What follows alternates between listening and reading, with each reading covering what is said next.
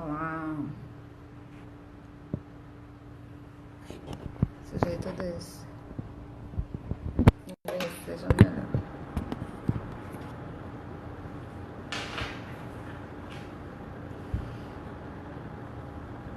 Boa noite, pessoal.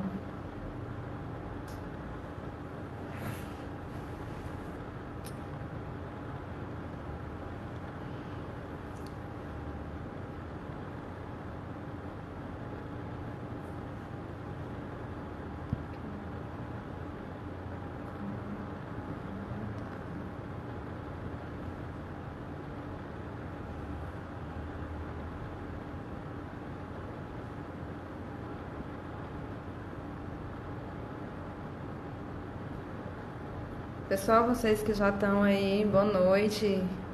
Dá pra me ouvir direitinho?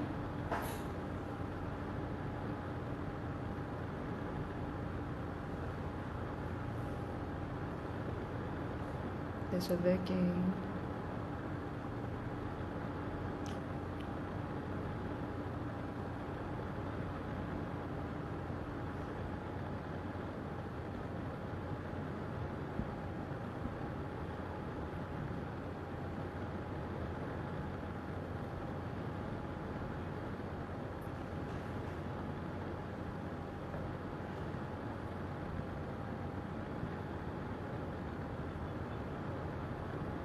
Esperando aqui a Marcela entrar.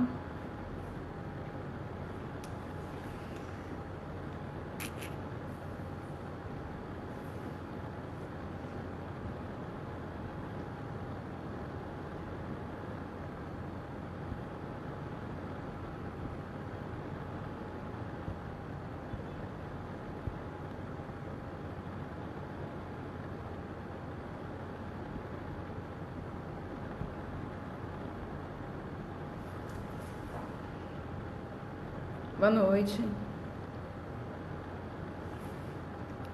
Oi.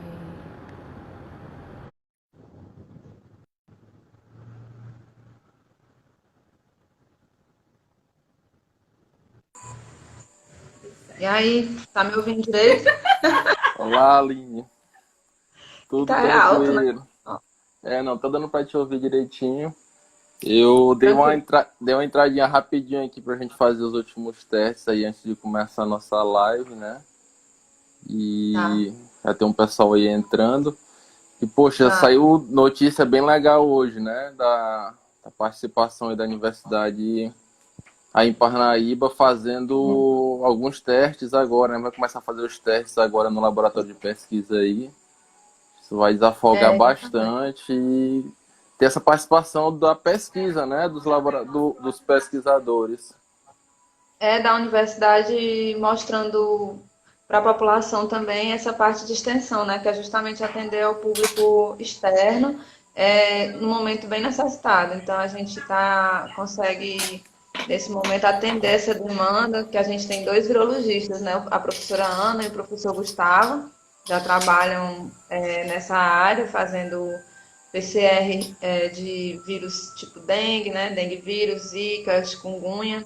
E aí eles vão poder nos ajudar Não, nisso. legal. E eles já trabalham com isso já há bastante tempo, né? Então já vem com Muito uma tempo experiência já. legal aí para Exatamente. gente ajudar nesse combate. Isso está virando.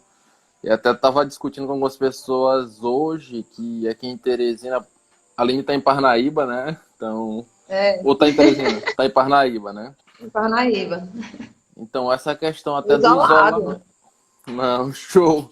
Essa questão do isolamento é hiper importante e dei uma saída rápida ontem e passando em alguns bairros, as pessoas não estão respeitando esse isolamento. A gente viu muita gente na rua, o comércio, né? As pessoas, principalmente aqui no bairro de Seu, então eu fiquei bem assustado com relação a isso. É triste. Eu acho que Então, é um panorama que se repete no Piauí todo, né? Eu tenho vários. Eu sou do centro-sul do Piauí, né? Sou de Simplício Mendes. E eu tenho conversado com pessoas de lá, com pessoas de Teresina, observado o comportamento do pessoal daqui. Aqui já diminuiu bastante o número de pessoas na rua, mas a gente ainda vê algumas pessoas que parecem negligenciar o risco que o coronavírus representa. E em Teresina, eu vejo dois cenários, pelo que o pessoal diz. Tem um pessoal bem desesperado e tem um pessoal que não está nem aí. E é preocupante porque o desespero sobrecarrega o sistema de saúde e o nem aí pode ser aquele que vai transmitir o vírus para quem é mais suscetível a sintomas graves, como a gente vai conversar ao longo daqui da live, né? É, eu não sei se dá para Marcela te solicitar participação eu estando aqui. Eu acredito que sim, mas cabe 3 pessoas, né? Estão me informando aqui que cabe 3 pessoas. Ótimo. Pois Então, bora fazer com os três. se Será que ela ela... já entrou? Não, acredito que não. Acho que aparece aqui nas A irmã mensagens. dela já está aqui, a Maiara. Legal. Tô vendo aqui. Eu vejo... Gente, que eu tô meio analfabeta aqui porque nunca fiz uma live, apesar das minhas empreitadas blogueirísticas. É a primeira live que eu tô fazendo e aí tô ainda com algumas dúvidas, mas vai dar certo. Importante é a gente trazer informação de qualidade para o pessoal, uma informação que o pessoal possa confiar, né? Porque tá uma pandemia de coronavírus e uma pandemia de fake news também. Tá horrível. É, Todo dia um monte de notícia falsa. E o pessoal gosta de espalhar notícia falsa, é impressionante. Desde aquele químico autodidata, que eu fiquei chocada com aquele rapaz, até as notícias mais bizarras a galera espalha, né? Então, nesse momento de fake news, é importante a gente ter informações que são trazidas por profissionais que entendem do assunto. No caso, a nossa convidada hoje, a doutora Marcela, ela acabou de trabalha entrar. no LACEN, ela entrou. Trabalha no LACEN e está no, posso dizer, no meio do olho do furacão, né? Está lá tomando as decisões e lidando diretamente com a questão do diagnóstico da Covid-19 e pode trazer essa informação de qualidade verídica, uma informação que a gente pode confiar. Eu vejo até 3 panoramas principais aí, né, Aline? Que é a questão das pessoas, pessoa em si, psicológico das pessoas, a questão da saúde e a questão empresarial, econômica, né? Então, isso está afetando Sim, muito esses 3 pontos aí dessa pirâmide, né? Então, muita gente, como tu sim, falou, bem desesperado com a situação. Tem pessoas desesperadas com a situação de uma forma de saúde, pessoas na área ali empresarial tendo que se reinventar, empresas fechadas, sem faturar, sem vender. Então é algo que afeta realmente todo um ciclo de pessoas e a população, né? Então essa questão desse sim, isolamento, para que a gente tente frear isso o mais rápido e breve possível, é hiper importante, né? Então, falando um pouco, sim. a microbiologia acaba estando bem alta num momento como esse, né? E é um momento que a gente percebe A a falta de microbiologia, a ciência. profissionais com esse conhecimento e um cunho mais aprofundado dentro dessas áreas, quando acaba estourando esse tipo de situação, né?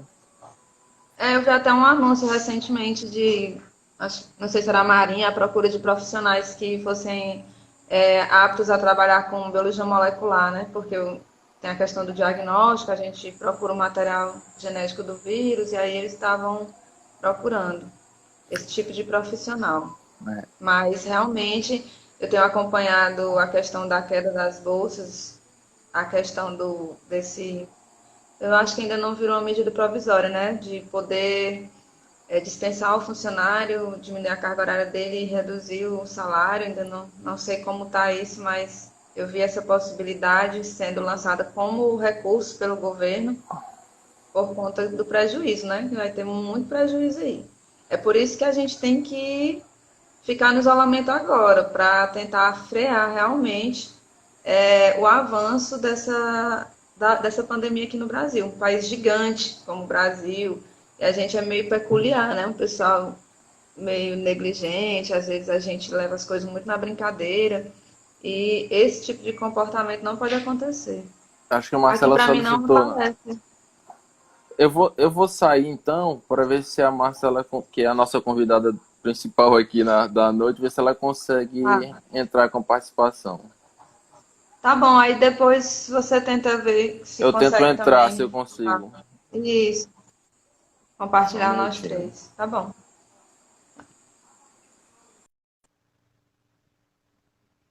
Ah, sim, então, na hora que ele saiu, já apareceu aqui que a Marcela pediu. Eu não sei se eu marcando. Não, se eu marco um, desmarca o outro. Então, vou adicionar aqui. Estou aguardando.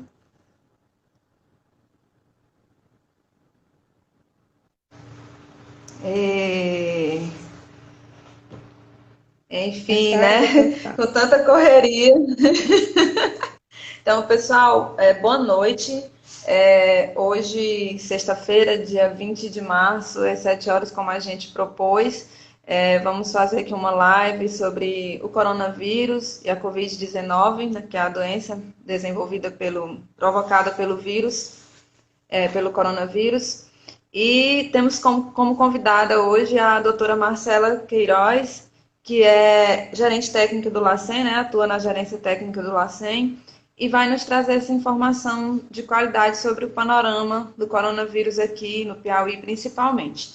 Para quem não me conhece, eu sou a Aline Rodrigues, sou coordenadora da pós-microbiologia do Instituto GPI e sou biomédica da UFDPA, né, que é a Universidade Federal do Delta do Parnaíba.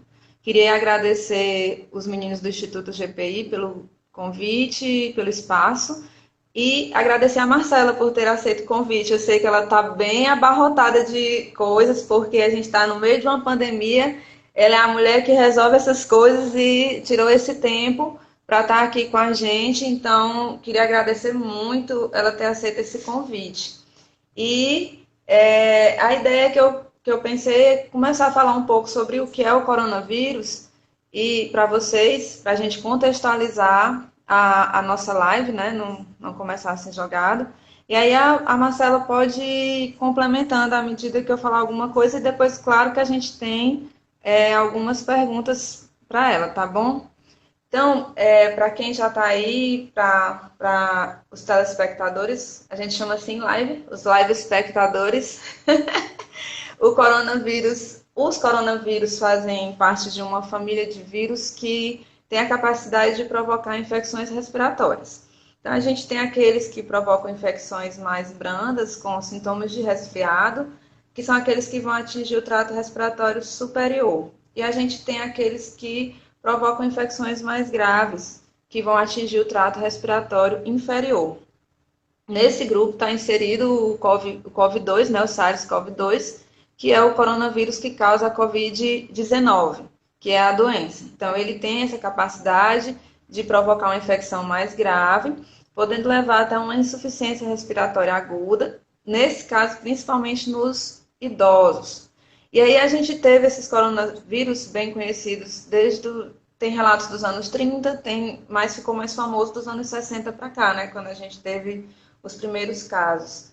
E então a gente consegue apontar algumas doenças que foram causadas por eles ao longo do tempo e essa pandemia que a gente está vivendo hoje. Então, Marcela, o que você acha?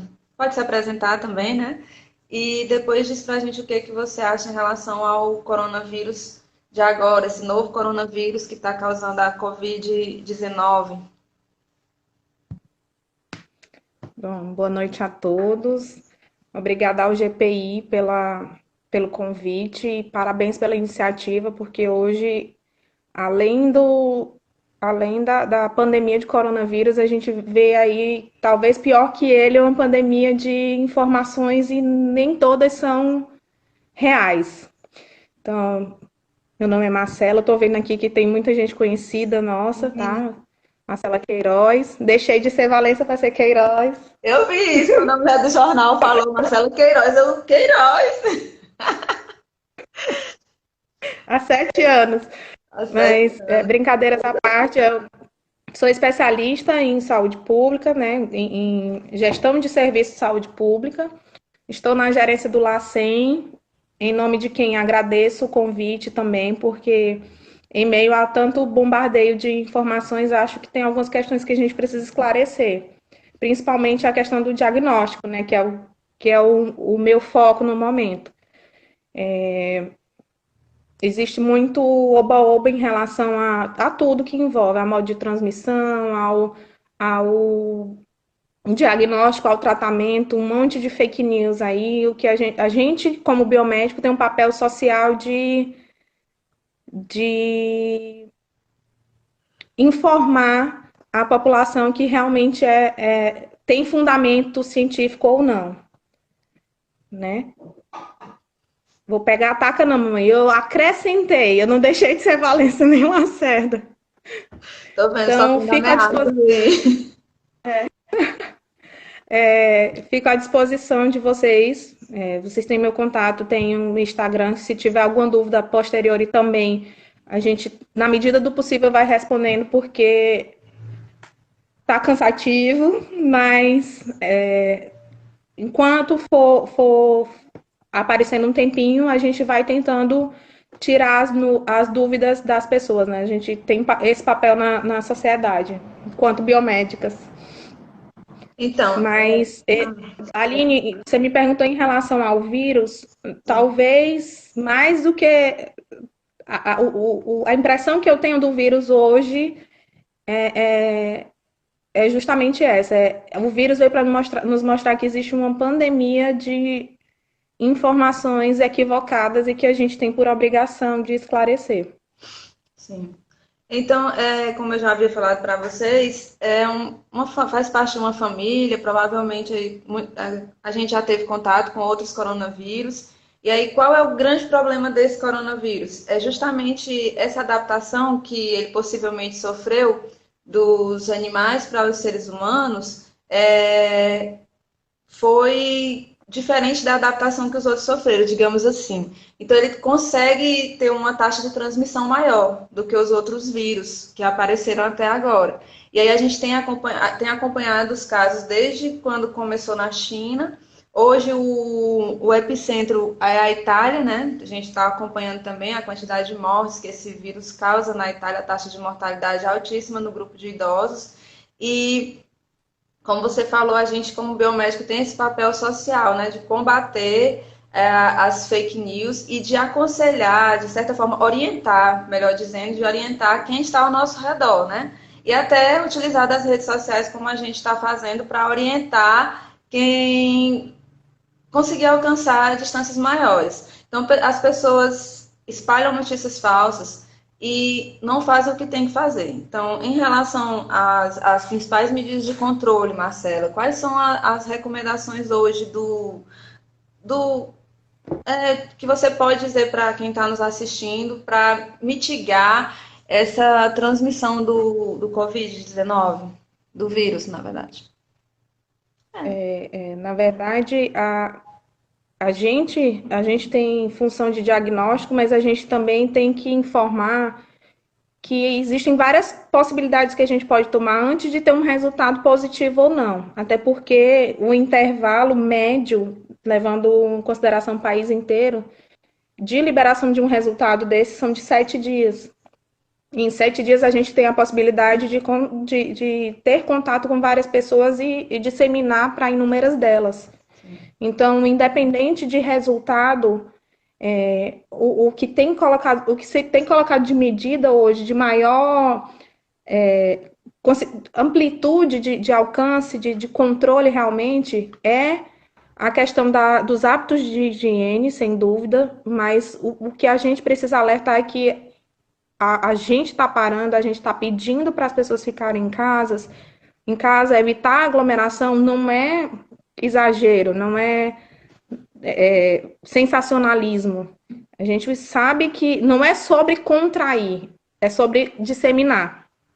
Então, talvez a gente, como pessoas rígidas, crianças que vão cursar como um resfriado qualquer, ela não vai adquirir a doença, para ela não vai fazer talvez a diferença, mas o que importa a gente saber é que a gente não está cuidando só da gente, a gente está principalmente cuidando daquela parcela da população que não vai ter um sistema imunológico como o nosso, né? Que são as grávidas, que são os idosos.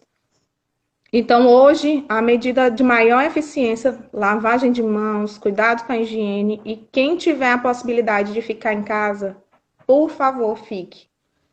Marcela, já que você falou que as crianças podem cursar assim com resfriado, eu gostaria que você dissesse para a gente quais são as principais manifestações clínicas da doença e, na sua opinião, quando que a gente deve procurar o serviço de saúde para fazer a testagem para o Covid-19? Aline, os sintomas, eles podem cursar só como resfriado, coriza, passar até despercebido, garganta coçando, enfim, sintomas levíssimos, Eita, mas pode, calma, a gente fica psicologicamente afetado achando que tem alguma coisa. Mas o que a gente tem que ter em mente é que nem tudo que a gente tem a gente vai recorrer aos atendimentos, aos hospitais. Até porque o problema maior não é a quantidade de casos em si, é que vem tudo ao mesmo tempo. Aquela curva de disseminação, ele precisa ser achatada. A gente precisa passar o contato pela população para adquirir imunidade daqueles que vão adquirir, mas que ele seja feito num período de tempo maior. Porque se qualquer sintoma que Exata, é porque se tiver uma corrida em massa para o hospital, a gente pode estar tirando a possibilidade de uma pessoa que está com um sintoma respiratório mais grave. Então, pode cursar com dispneia, febre alta, evoluir para, como você falou, comprometimento das vias inferiores. Então, a gente precisa ter a responsabilidade de saber dosar. A gente sabe que quando a gente começa a ver sintoma na televisão, as pessoas falando, a gente tende a achar que tem.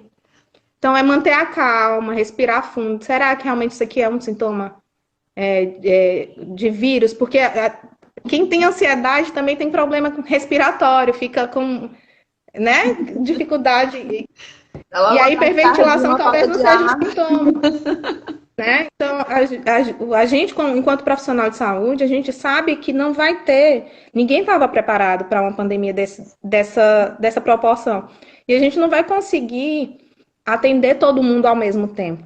E talvez a gente está tirando a vaga de alguém que realmente precise de um suporte ventilatório de hospital. Então, as indicações são. Exatamente. A gente pode pensar que aquela pessoa que deixou de ser atendida podia ser uma pessoa nossa. Como eu postei agora há pouco, cada paciente, cada portador da doença, ele é o amor da vida de alguém. Então, a gente tem que parar para pensar se na hora que a gente, se por um acaso a gente venha precisar, se a gente vai ter a assistência adequada. Então, pode ser o amor da vida de alguém ou pode ser o amor da sua vida. Então, a gente precisa ter responsabilidade. Não ter essa correria desenfreada como que está acontecendo por um suposto medicamento que vai curar sem você saber nem se tem. Você está tirando a oportunidade de pessoas que têm problemas mais graves, mais urgentes, sem nem saber se aquilo ali serve efetivamente. Então, toda informação que é ventilada, a gente precisa ter um filtro, acompanhar em locais de confiança, sites oficiais. Então, a Valdelânia perguntou aqui o tempo de latência do vírus.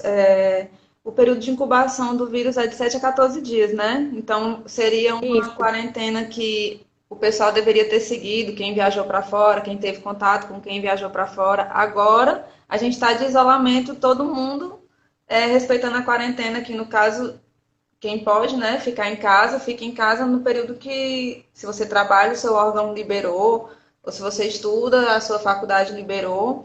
E quem não está Lembrar que não é férias. Isso. Não é férias. Ficar em casa o tempo máximo possível. Agora, se a partir do 15º dia você não... já passou o período de incubação do vírus. Então, teoricamente, se você teve contato com ele e não desenvolveu, já passou o ciclo, né? Viral. Exatamente. Isso até alguns estudos...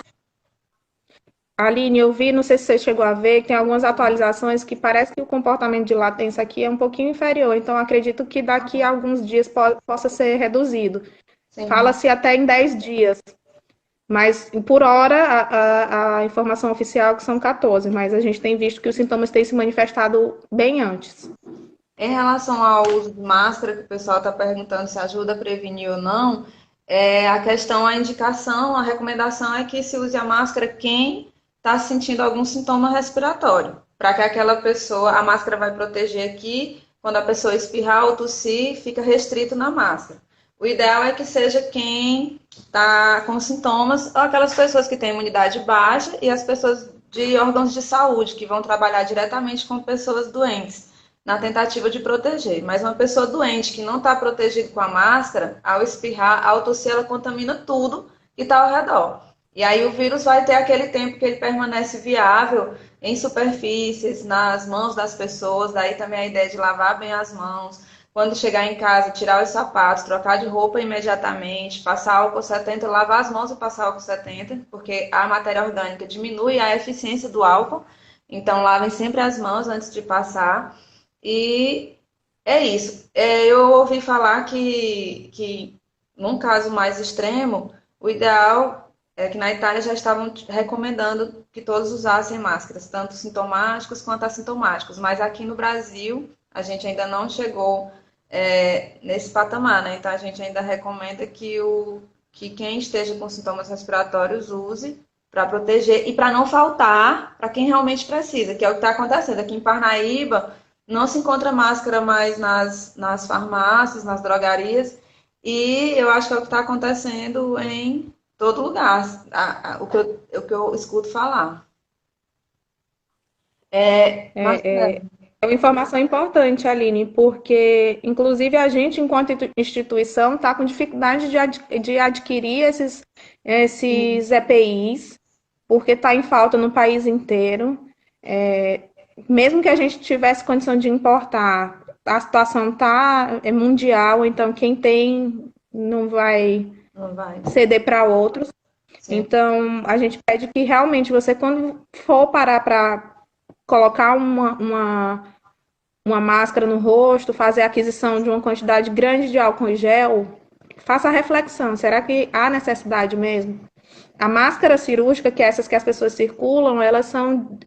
A indicação é para que você que está doente não passe para o outro. Passe para o outro. Né? Então, se você não tem sintomas, se você não teve contato com pessoas sabidamente positivas, você pode estar deixando de oportunizar que a pessoa que está lá manipulando a amostra para fazer a testagem não tenha mais na frente. E aí, até agora, a gente tem 822 infectados, não sei se já aumentou esse dado, era de hoje de manhã, né? 822 infectados em 23 estados do Brasil e no Distrito Federal. E aí, a gente tem 822 de acordo com as secretarias de saúde, mas o governo federal fala em 600, pouco mais de 600 infectados. E já com 11 mortos no Brasil em função do coronavírus. Eu queria saber de você, aqui no Piauí, quantos casos confirmados a gente tem e se você tem o dado de quantos suspeitos a gente tem também. Olha, Aline, o último boletim que saiu agora às 5 horas, 5 e pouquinho, da Secretaria de Saúde do Piauí, eu estou com ele aqui anotado para atualizar vocês. A gente tem 161 casos notificados, tá? Desses 161, temos 4 confirmados, né? 3 de ontem e 1 de hoje. Temos 56 casos descartados e 101 suspeitos, que são aqueles que ainda vão entrar para a testagem ou estar numa fase intermediária da testagem, né? Porque a gente... vou pedir só 5 minutinhos para explicar o motivo de a certa demora que a população enxerga nesses testes. Pode ficar à vontade. A gente está muito acostumado a receber um hemograma, um glicose, um colesterol em questão de alguns minutos ou horas. E a tecnologia que é utilizada para a detecção do agente causador da COVID, ela é feito sobre tecnologia de biologia molecular. Sim. Então, ela não é tão simples quanto uma glicose, por exemplo. além desse fato de ser uma tecnologia de algumas etapas e de etapas extensas, alguns passos têm cerca de 3 a 4 horas, dependendo da quantidade de pacientes que a gente vai testar. Mas junta-se esse fato que a gente precisa seguir o protocolo do Ministério da Saúde, que é, antes de testar para a COVID, a gente precisa testar influenza A, influenza B e mais um painel para 5 outros vírus respiratórios. São 7, então. Então, são 7 vírus que a gente testa no Piauí. Influenza A e B e mais 5 outros vírus, né? E aí, qual é o fluxo? Testou influenza A, influenza B, vírus respiratórios, algum deu positivo, ele já é descartado para coronavírus. Então, esses descartados por positividade de outros vírus respiratórios, ele tem um diagnóstico mais rápido. Porém, se ele der negativo para todos esses 7 vírus, ele vai precisar passar por uma outra batelada de exames, que é o do COVID em si. Então, já demora mais um pouquinho. E aí, ele sendo negativo, com os outros vírus respiratórios também negativo, ele é considerado um caso descartado. Testou para tudo e não deu nada, por que isso pode acontecer? Porque existe pacientes que estão recebendo resultado negativo para tudo e estranha. Na maioria das vezes acontece o quê? O paciente tem rinite alérgica, teve uma crise de rinite alérgica, entrou em pânico, foi para o hospital, disse que tinha todos os sintomas que teve contato, caiu como caso suspeito e foi ser testado. A rinite alérgica a gente não vai detectar micro-organismo, por exemplo.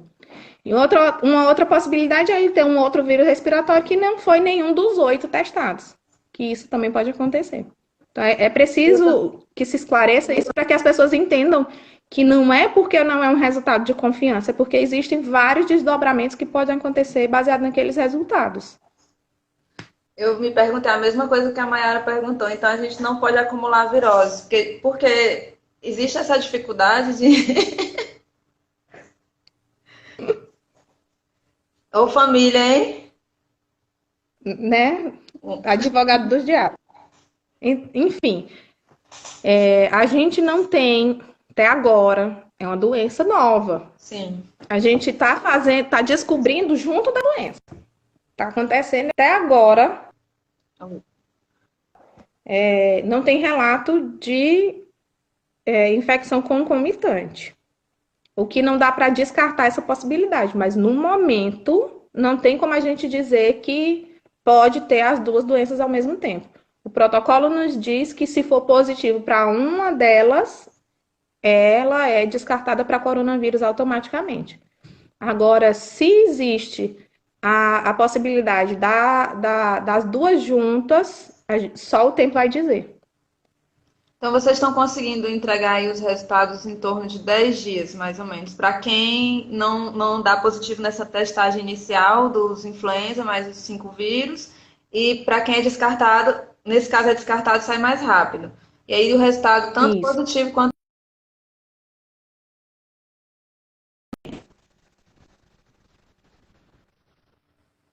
Acho que o da Marcela está travando. Cortou um pouco, mas eu acho que eu entendi. Travou, mas eu acho que deu para entender qual foi a pergunta. Até o início dessa semana, os casos que seguiam um fluxo de vírus respiratórios negativos e precisavam de testar para coronavírus, eles eram enviados para o nosso laboratório.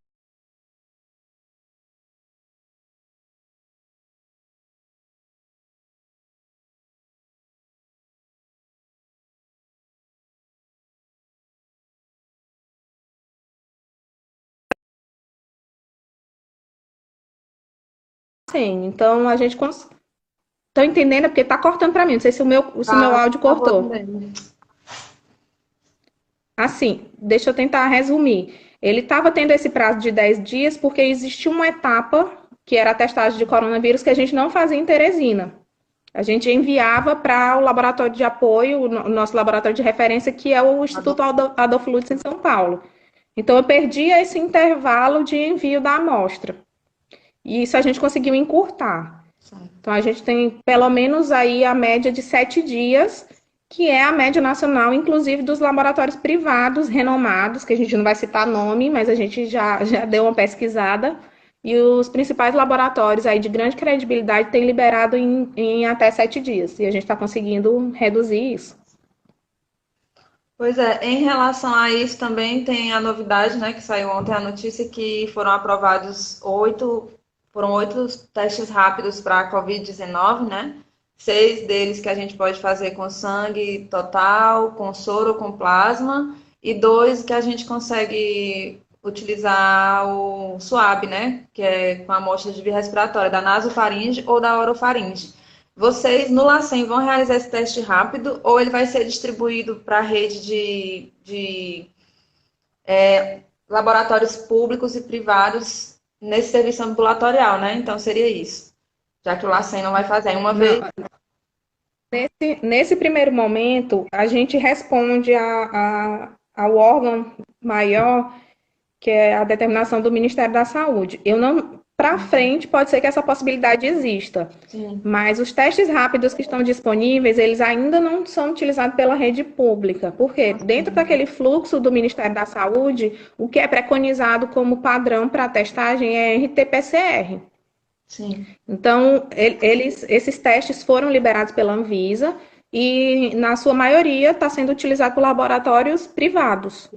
O público segue, por hora, cursando com diagnóstico através de RT-PCR, que é técnica de biologia molecular. A gente não faz aqueles testes de sabonetinho. O que aconteceu? Várias pessoas me perguntaram, e eu acredito que pelo fato de dizer que os resultados sairiam mais rápido, Sim, 15 minutos. Entendeu-se que seriam testes rápidos. E não é teste rápido. A gente não vai fazer imunocromatografia por hora. A gente faz biologia molecular. Eu acho que foi um desencontro aí dessas informações.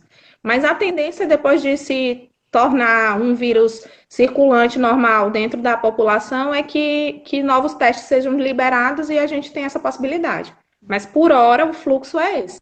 Eu acredito que com essa aprovação desses testes, e com a aprovação assim, de urgência, né, como a gente já tinha conversado antes, não há muita coisa a se dizer sobre esses testes. Vão sendo utilizados e, à medida que for dando problema, vai sendo tirado do mercado e vai acontecer dessa forma, né? Então, são testes imunocromatográficos, que é aquele parecido com um teste de gravidez que a pessoa compra na farmácia, não é isso? E em 15 minutos a pessoa tem um resultado. Então, vai funcionar como uma espécie de triagem. Acredito que deva ser assim, né? Uma vez que dê Acredito que o curso... Eu acho que o curso vai ser muito parecido com quando começou com a história da dengue. Antigamente era feito mais por biologia molecular, hoje ainda é feito, né, para a questão epidemiológica da doença, e que hoje alguns laboratórios privados já fazem aquele teste rápido, que é aquele que parece o teste de gravidez. Então, eu acredito que o curso será o mesmo. Aí, rasgando cedo para nós. Então, você já respondeu o que eu ia para ninguém que a gente convidou amigo, não. Como eu ia te perguntar qual era o teste realizado, mas tu já respondeu que é RT-PCR. Para quem não sabe, a PCR é uma reação em cadeia da polimerase. Eu vi uma fake news que dizia que era proteína C reativa. Não é, a proteína C reativa é um teste totalmente diferente. Essa PCR que é realizada para o coronavírus é um teste de biologia molecular, tá bom? E aí é RT, porque o vírus é um vírus de RNA. Então tem que fazer a transcriptase reversa, não é isso, Marcela? E aí vem todo o aparato para o LACEN, tanto o equipamento necessário, quanto treinamento, pessoas treinadas, kits. Aí estão me perguntando o tempo inteiro qual seria a possibilidade de descentralização, porque a gente viu nos jornais essa veiculação de que... Gente, aqui está sendo um encontro também de pessoas da nossa turma, a gente se formou junto e aí tá tendo esse encontro. Por isso que a gente às vezes fica sorrindo, mandando beijinho, tá bom? Então, voltando aqui ao assunto, que era a RT-PCR. Existe alguma possibilidade de descentralização? Porque foi veiculado aqui em Parnaíba que a UFDPA faria os exames e eu cheguei até a conversar com o reitor. Ele confirmou que há essa negociação para que a gente comece a realizar aqui no laboratório da professora Ana, do professor Gustavo, que são virologistas. Você tem alguma novidade sobre isso? Hoje o pessoal da CESAP estava tentando entrar em contato com o professor Gustavo, acredito que seja para falar algo a respeito. Mas existe essa possibilidade mesmo de descentralizar, para que a população de Parnaíba tenha essa maior agilidade no resultado, uma vez que, assim como vocês não precisariam enviar para São Paulo, a gente também não precisaria enviar para Teresina, se fosse possível fazer o exame aqui. Aline, as informações que eu tenho são de que, a princípio, não. A tendência é essa, né? Assim como as outras epidemias que já existiram. Porque o que acontece? A gente está tendo, como todo mundo está sabendo, escassez de insumo no país inteiro. Então, quando a gente começa a descentralizar logo nesse começo, a gente começa a meio que perder, entre aspas, o controle daquilo que a gente tem. Então, a princípio, eu acredito que fique centralizado até para ter o controle, porque, assim, é muito complicado o recurso escasso que eu tenho ainda colocar, dividir entre duas instituições. Acredito que seja um passo que venha num futuro, espero que próximo, mas que são muito dependentes de insumos, metodologia, capacidade de testagem, enfim. Mas por hora, a gente não foi notificado a respeito disso ainda, a gente enquanto lá sem, né?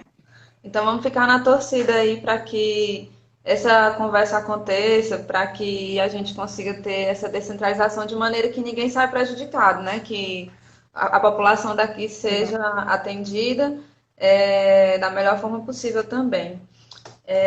A gente torce que o diagnóstico seja de acesso a todos, né? A Mas a todos. gente tem que entender que foi uma doença que os testes foram desenvolvidos há muito pouco tempo.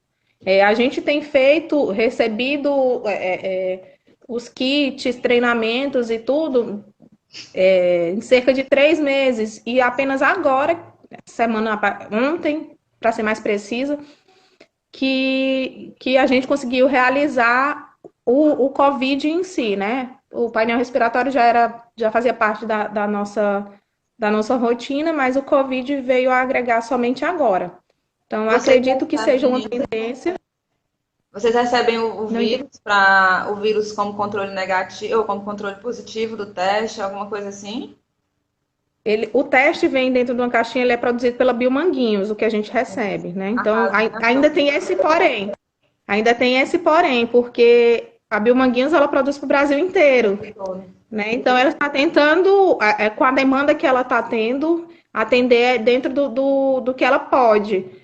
Mas para a gente conseguir atingir o Brasil inteiro de forma a descentralizar, eu acredito que a gente vai ter que ter um pouquinho mais de paciência. É por isso que a gente pede o pessoal para ficar em casa, quem pode ficar em casa, por conta disso. Tem tanta gente trabalhando o que pode e o que não pode para controlar essa infecção e a gente às vezes precisa que as pessoas fiquem em casa e as pessoas não querem ficar em casa. É incrível isso, eu não me conformo. Eu vou dar um dado que eu tenho usado para argumentar, para tentar fazer as pessoas ficarem em casa. Um resultado de uma pessoa que está tendo assistência hospitalar, está internado, não vai mudar, não quer dizer que a gente não é a favor, muito pelo contrário, a gente trabalha com diagnóstico, a gente puxa a sardinha para o nosso lado. Mas o resultado positivo desse exame para a conduta clínica não vai ter muita diferença. Obviamente que para questões epidemiológicas a gente tem que ter o resultado de direito do paciente.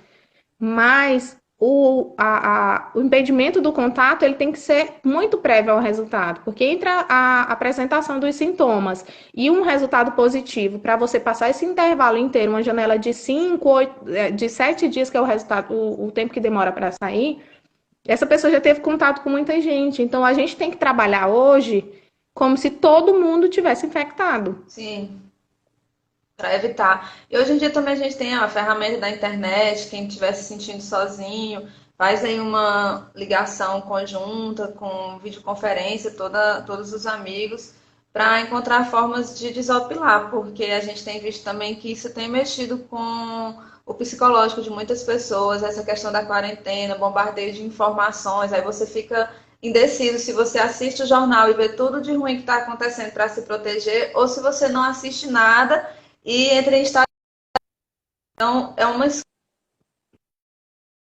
escolha o que ela quiser fazer. Se ela quer ver jornal, a saúde mental também, nesse momento, é muito importante, porque você não pode entrar em pânico e os profissionais da saúde não podemos repassar o pânico. Então, mesmo que a gente tenha nossos medos, nossas agonias internas, a gente tem que tentar tranquilizar a população que não tem acesso à informação que a gente tem. Tem muita gente que não tem acesso à informação. É como se a gente vivesse numa bolha, acredita que todo mundo sabe daquilo, e quando você sai e vai conversar com o povão que não está assistindo essa live, eles não sabem nada. Eles estão aí acreditando no que alguém falou, que viu no WhatsApp, que não sei o quê. Então, quem ainda puder fazer esse trabalho de conscientização é de extrema importância, principalmente para quem realmente precisa, que é o povão. Então, como a gente viu, os primeiros casos de coronavírus aqui no país não foram os primeiros casos de óbito. E aí, se a gente lembra, são pessoas de classe média alta, que tiveram os primeiros casos, que foram para a Europa, voltaram, não sei quem. Mas quem morreu foi a empregada da mulher que estava doente. Então, aí você vê a fragilidade, a desigualdade social bate claro na nossa frente. Porque realmente essas pessoas precisam da nossa ajuda enquanto profissionais de saúde agora, para ter um direcionamento adequado do que fazer, num caso desse de pandemia. E Marcela, e outro ponto que está todo mundo falando é sobre o uso da hidroxicloroquina e da cloroquina. Tu quer falar alguma coisa sobre isso? Tu também fica do lado da vigilância sanitária. E o pessoal sai Assim, desesperado para comprar. existe uma vertente que diz que estão testando. O que eu vi são casos ainda em acompanhamento, né? Sim. Que tem bons resultados, mas isso em Pronto, pacientes graves. 5%. Quer dizer que isso em pacientes graves, não quer dizer que você está espirrando e que você vai lá comprar e vai estocar essa medicação. Você vai comprar uma coisa que você talvez nem vá precisar usar, talvez nem tenha o resultado que você está esperando. Só que essas medicações são utilizadas em outras condições em que os pacientes não podem ficar sem. Eles são utilizados no lúpus, por exemplo, eles são em doenças imunológicas, então a gente não pode tirar a oportunidade das pessoas que já sabem, sabidamente, o tratamento é aquele, que é aquilo ali que ele precisa para continuar com a qualidade de vida e sobreviver.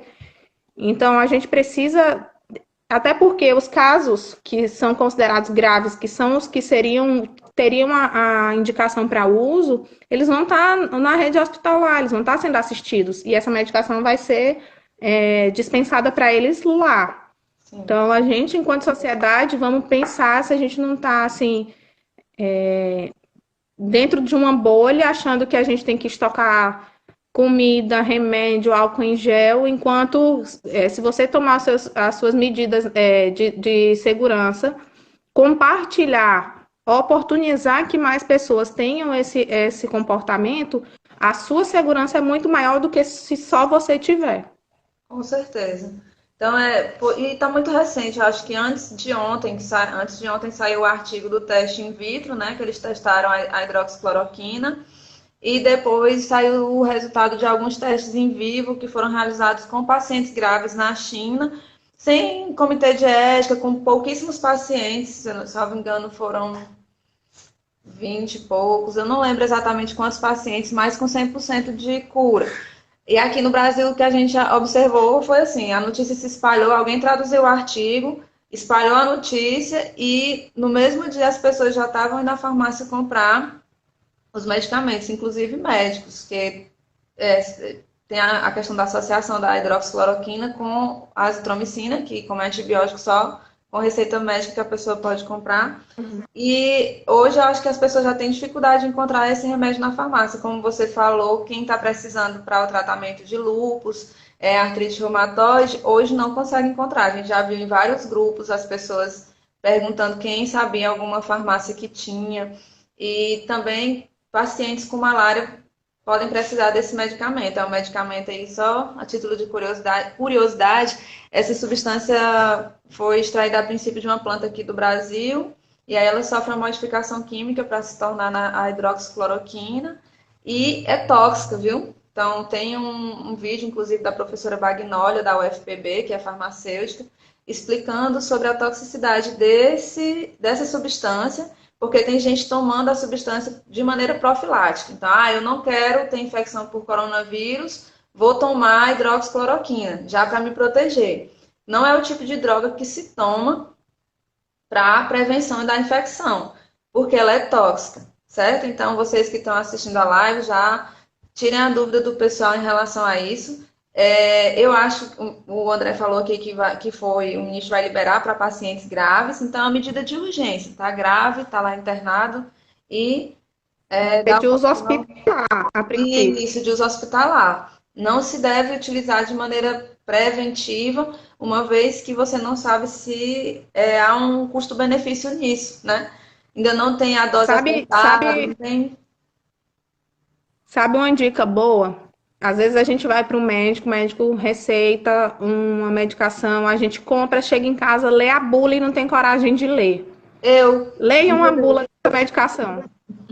Leiam a bula dessa medicação, vocês não vão tomar sem ser realmente necessário, porque existem muitos efeitos colaterais. Comprei um remédio para cálculo renal, aí tinha lá tanto requisito, o cálculo tinha que ser assim assado, para o remédio funcionar, e eu não tinha feito exame de urina simples para saber se o cálculo era de pH ácido ou básico, eu disse, vou tomar nada também.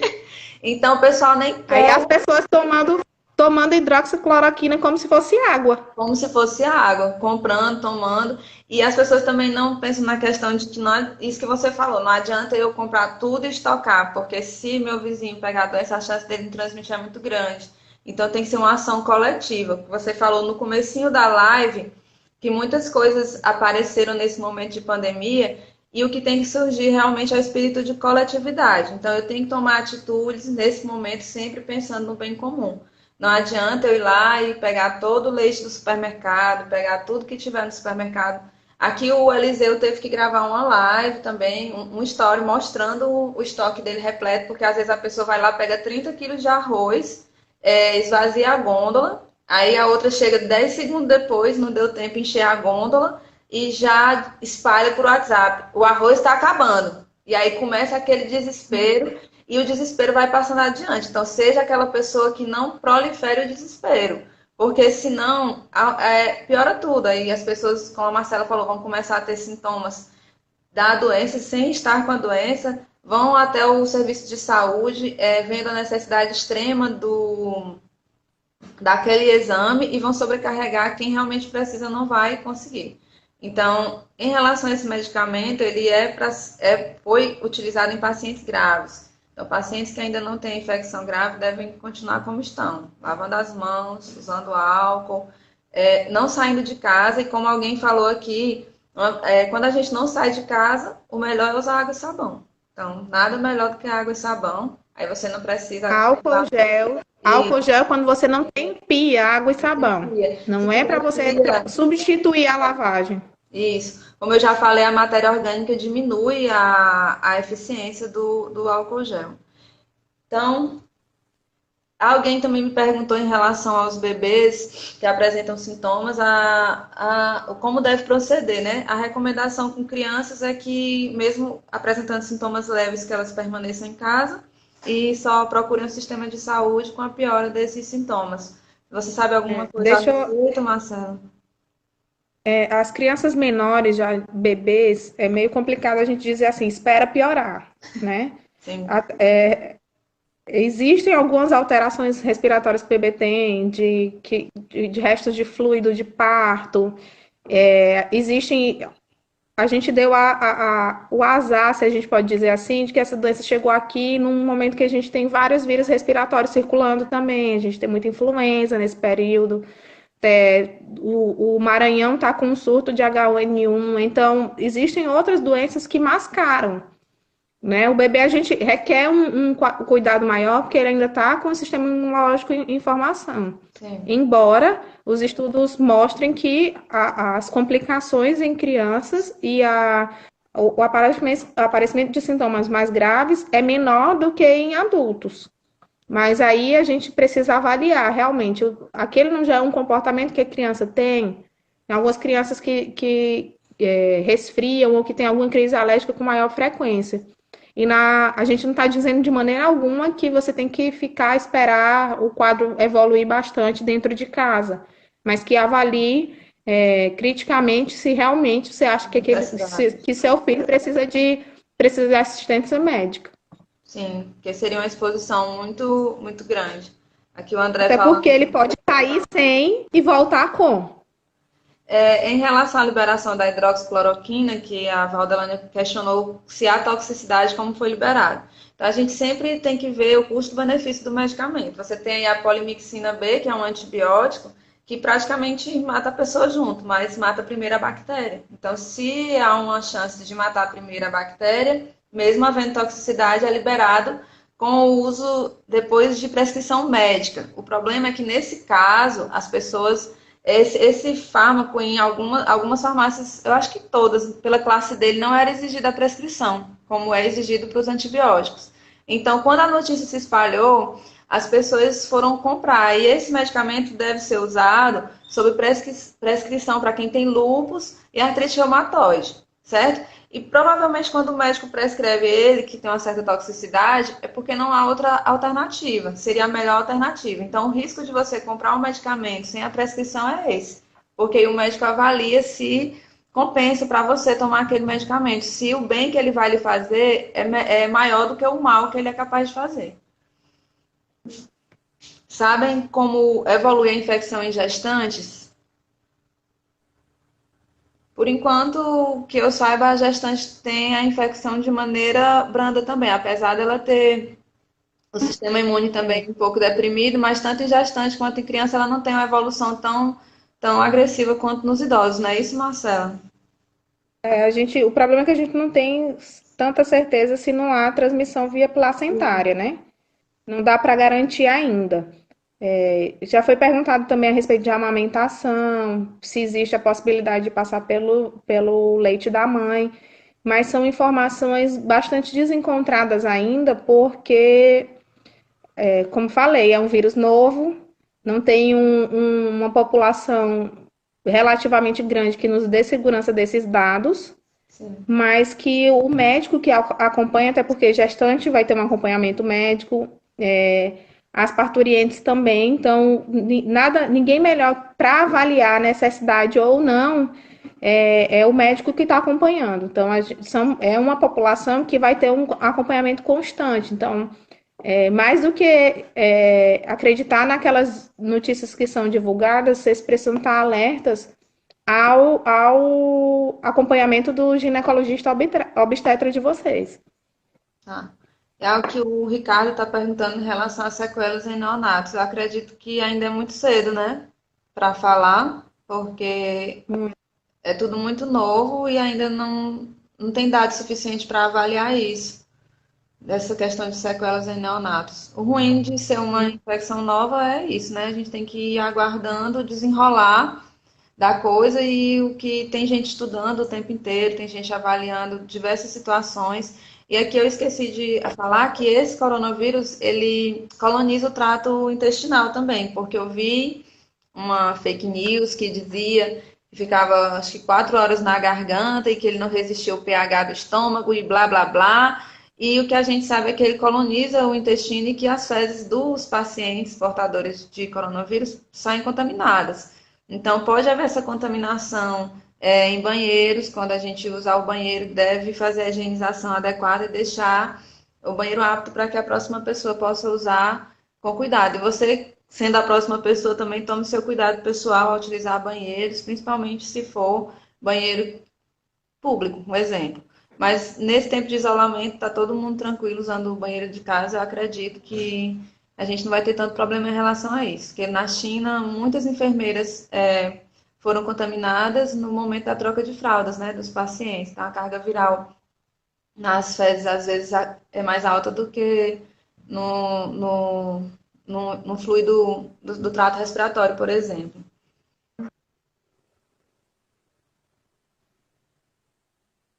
Então, vocês têm mais alguma dúvida? Eu só salientando. Tem uma pergunta aqui, Aline, que eu vi. Está perguntando se tem. A Stephanie está perguntando se existe possibilidade de uma pessoa se infectar 2 vezes durante o Ah, período. Na verdade, existem alguns casos relatados na China de que pessoas sabidamente curadas adquiriram a infecção novamente. A gente supõe que seja por uma mutação, né? A questão do vírus em si, acho que a Aline fala melhor do que eu. Mas eu já vi alguns relatos, sim, mas que sim, provavelmente não tenha sido causada pelo mesmo vírus, mas que já é um segundo vírus mutante. provavelmente, porque quando a gente tem a infecção a primeira vez, a gente fica imune. E aí, para ter uma reinfecção, provavelmente um vírus muito parecido, mas que teve alguma modificação. É, Provavelmente ele vai cursar como a gripe, por exemplo, que todo ano a gente precisa atualizar as vacinas porque os vírus vão mutando e as vacinas precisam ser atualizadas.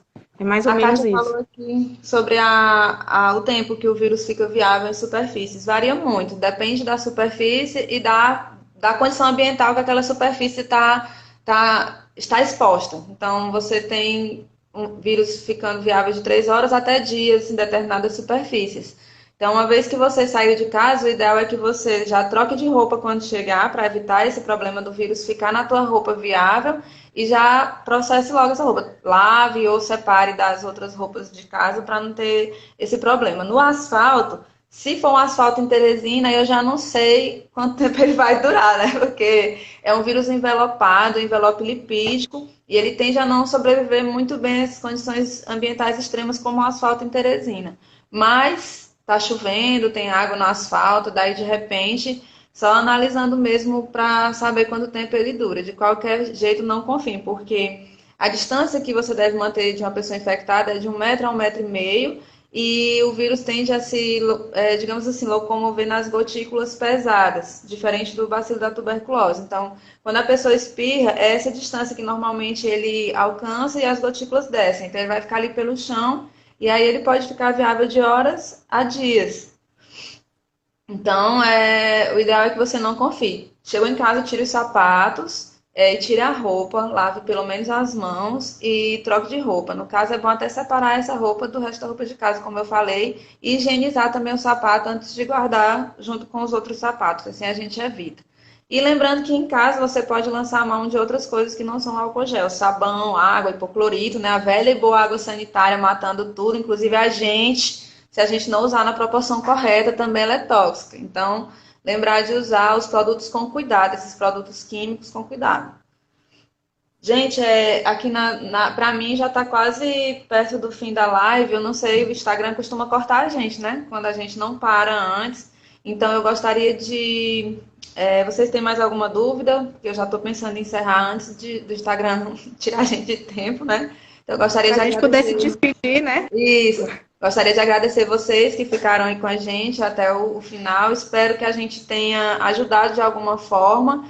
E gostaria de agradecer à doutora Marcela a disponibilidade. Eu sei que está difícil o tempo e, mais uma vez, agradecer por ter se disponibilizado a ficar aqui com a gente essa 1 hora. E ela vai ter outra live agora, não é, Marcela? Tenho. Então, Na Organiza aí. isso, tem Organiza uma aí. A gente organize, né, fala justamente Terezinha? sobre isso.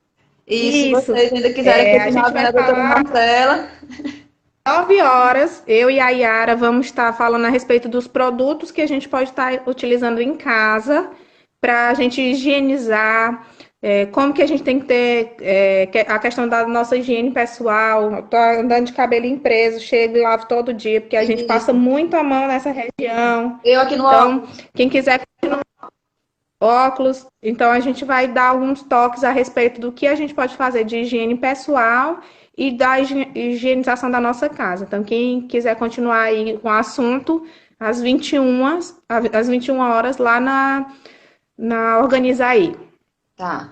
Pois muito obrigada, Marcela. Obrigada a todos vocês. Um beijão. A Imagina. Marcela falou no cabelo, eu lembrei que Eu uma das recomendações é amarrar o cabelo quando sair de casa para ir ao supermercado e à farmácia, amarra o eu cabelo, que aí já tô de evita. brinco para tô de brinco para falar com vocês, mas estou andando sem nada, sem nada. Tá Então, certo.